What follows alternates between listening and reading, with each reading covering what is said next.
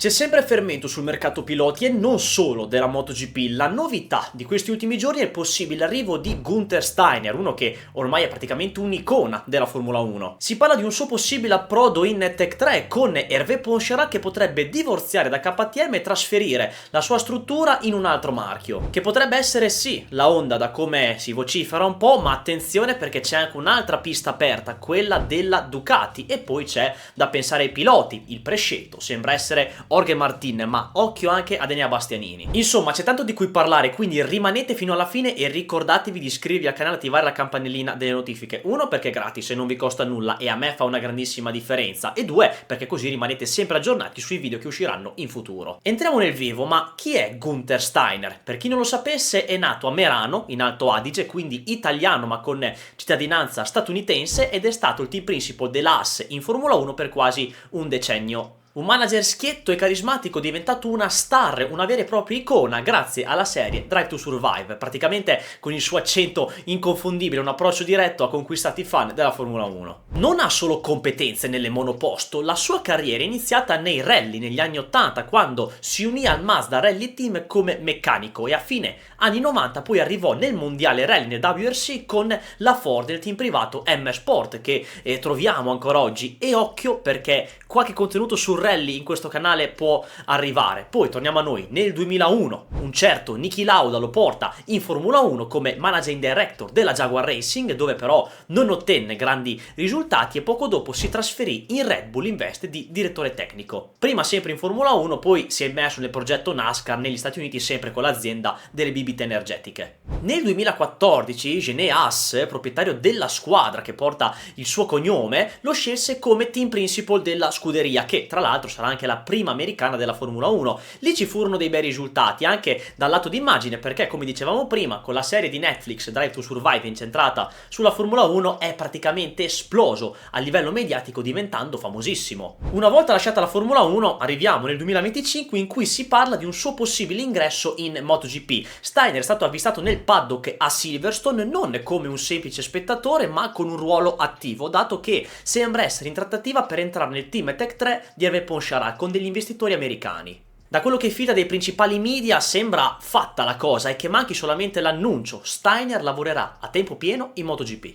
La situazione finanziaria di KTM ha messo un po' alle spalle al muro anche il team di Poncharat, che si era legato con la casa austriaca nel 2019, dove conquistò quella famosa vittoria nel 2020 con Oliveira all'ultima curva in Austria, per chi se la ricorda, tra l'altro addirittura giocando in casa. No, comunque oggi Tech 3 si trova ad un bivio, perché con questa crisi di KTM il contratto in scadenza nel 2026 potrebbe non essere rinnovato e la gestione di Liberty Media, che sta completando l'acquisizione di Dorna, porterà costi più alti per i team dal 2027 e Tech 3 deve trovare partner o investitori per affrontare queste spese. Poncharat ha ammesso di star valutando altre opzioni per garantire la stabilità del team e ha oltretutto ammesso di aver parlato con Gunther Steiner al sito Crash, e quindi ci sono delle trattative in corso. Poi il francese ci fa sapere che non ha parlato solo con Steiner ma comunque con altri investitori che si sono fatti avanti anche per acquisire l'intera struttura. E se dovesse andare in porto questa trattativa, Hervé Poncharat, da quello che si legge, potrebbe fare un passo indietro per quanto riguarda un suo ruolo all'interno del team, cioè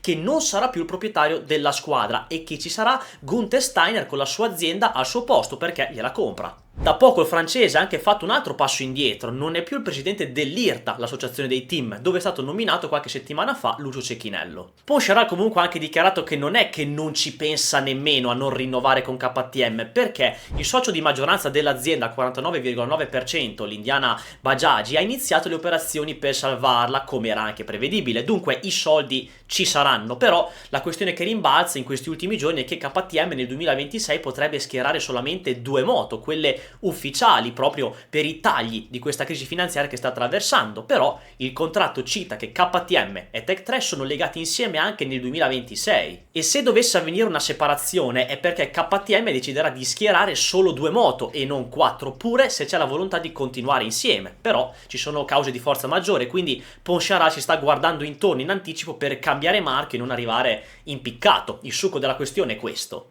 E ci colleghiamo ai trasferimenti dunque, in quale squadra andrà Tech 3 e soprattutto con quali piloti? Partendo dal marchio, intanto c'è la concreta possibilità della Ducati, strano ma vero, potrebbero tornare ad esserci 8 Ducati sulla griglia di partenza ed è sinceramente la strada che io pensavo fosse meno possibile di tutte, cioè hanno tolto 2 moto alle Ducati perché ce n'erano troppe ed è stato giusto così, però ora salta fuori che ne potrebbero avere altre 2, quindi vediamo se Dorna o Liberty quel che è lo permetterà, perché quella decisione passerà sicuramente da loro. L'opzione invece più accreditata che uno potrebbe pensare dal divano a casa, che però paradossalmente sembra essere quella più difficile da realizzare, è quella della Honda. Perché uno dice, la Honda sta iniziando a tornare, sta facendo bene, qua e là, e 2 moto gliele danno. Quindi stiamo a vedere lo sviluppo. Io sinceramente da spettatore preferirei che gli dassero 2 Honda, perché non mi va di vedere ancora 8 Ducati nelle prime 8, anche se sì, gli altri team ci stanno avvicinando, ma per i prossimi 2-3 anni Borgo Panigale sarà ancora il riferimento. Che poi attenzione, io se fossi proprietario di un team, anch'io vorrei 2 Ducati come moto, ci mancherebbe, sono appunto il riferimento, le moto che vanno più forte e quindi ci sta questo ragionamento. Mentre invece un ritorno in Yamaha, perché Poncharal è già stato con Iwata un po' di anni fa, non sembra neanche essere preso in considerazione sia dallo stesso proprietario che dai giapponesi che hanno appena inaugurato quello con prima Pramac. E ora i piloti, è quello che ci interessa. Chi potrebbe andare a correre con Tech 3 già a partire dal 2026? Occhio, già dall'anno prossimo, una cosa imminente, Al giorno d'oggi ci sono Bastianini e Vignales in Tech 3, un possibile accordo con Ducati potrebbe vedere Enea Bastianini come pilota di punta della squadra. Sono tutti pensieri questi, ovviamente non c'è nulla di concreto attualmente, però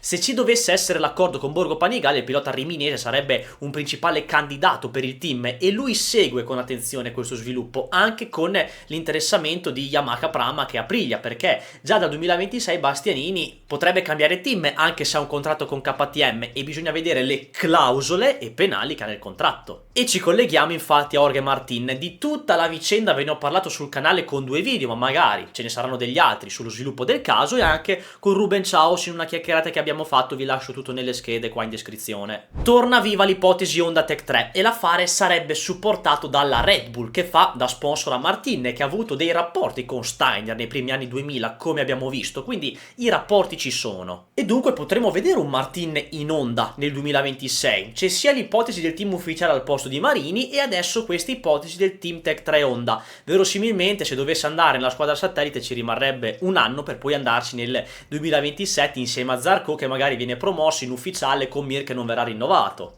Tutti i soliti incastri del fantamoto mercato che sappiamo. Poi noi facciamo questa ipotesi di Martin in Honda già nel 2026 tralasciando la questione Aprilia, perché Martin rischia di non correre per un determinato periodo di tempo se Aprilia vuol far valere le ragioni sul contratto, che è valido 2 anni e quella clausola non può essere usata in quel modo dallo spagnolo. Poi una casa sicuramente non vorrà far correre un pilota contro voglia, però il rischio che Martin possa stare fermo per un po' è concreto e ne abbiamo già parlato. Poi vediamo a che soluzioni arriveranno nel corso dell'anno. Dunque una MotoGP che si apre a nuovi orizzonti, soprattutto americani, come sta accadendo da 1 o 2 anni a questa parte, e Gunther Steiner che potrebbe rilevare l'intera struttura Tech 3 e che potrebbe addirittura ricevere 2 moto Ducati nel 2026 invece dell'opzione Honda, che sembra essere quella più reale nei pensieri degli appassionati. E poi i protagonisti, che ruolo avranno i piloti che hanno un futuro incerto come Bastianini, Jorge Martin o anche lo stesso Maverick Viñales? L'arrivo di Steiner comunque secondo me è bello interessante anche per il personaggio che è, carismatico, estroso, che dice quello che pensa e così via. Fatemi sapere la vostra nei commenti ragazzi perché è importante, così confrontiamo le nostre opinioni, ricordatevi di iscrivervi e attivare la campanellina per non perdervi nulla e noi ci vediamo presto per un nuovo video.